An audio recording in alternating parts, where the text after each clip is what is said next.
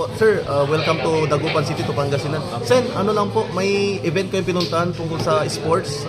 Your ano po, sinusunod ninyong pagsama po sa Anis Limano na national sports sa parang pambansa. Opo,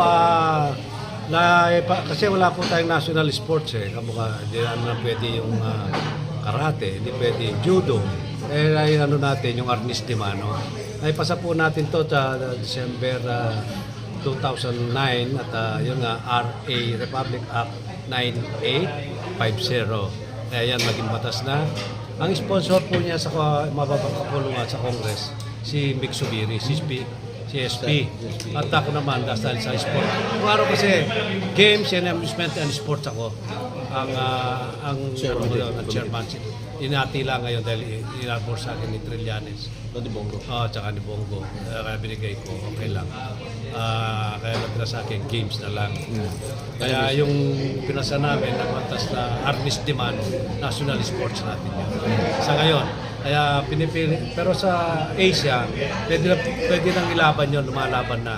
Ang kategorya, kasi ang nagpaturo dito ng bansa yung mga Vietnamese. Kaya nakakalaban natin ngayon mga Vietnamese, mga Singaporean. Ngayon, nung nagpunta kami sa Geneva nung mga last 2 months, may ano doon, yung kinausap namin yung Russia o ano man, kung pwede sana, tsaka isama sa Olympic na ang artist. Okay. Ito kasi nasa Asia na Suggestion niyo po yan. Sinasuggest. Hindi si Mick Subiri na. Siyang kausap. Naririnig ko sila ng kausap. Sinasuggest namin. Kasama kami doon. Yun. Okay. Next. Okay. Sir, sa ano lang po, dun sa, yun nga po pinag-usapan natin kanina tungkol sa usap-usapan na pagbabalik dun sa school opening from June to March. Reaction lang po ninyo, sir?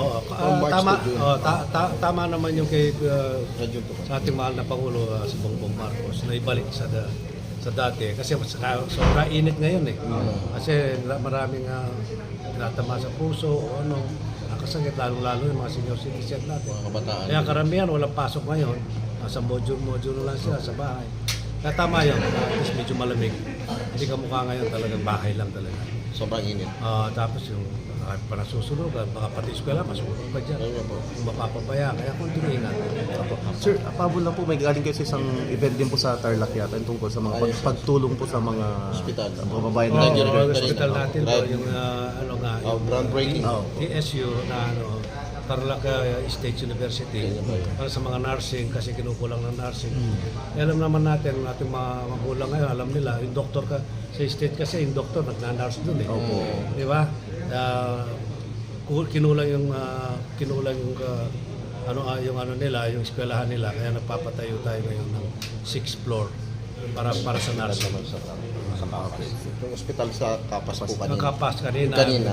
Magkano po yung amount? 50 sinabi. Iningi sa akin ng mayor doon. Mayor Rodriguez na 50 additional doon sa second floor. Hospital. Second floor.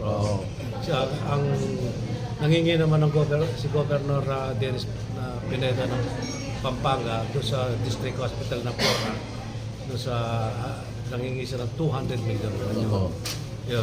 Para sa health time ngayon, bawal magkasakit. So meron pa yung dialysis nakakulo kanina? Sabi ko pagkatapos ng dialysis center para sa mga aming mga senior citizen sa Tarlac.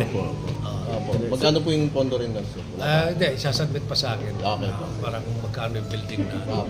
Parang dialysis center, may equipment na rin. Pati equipment. Kompleto na. Para free dialysis.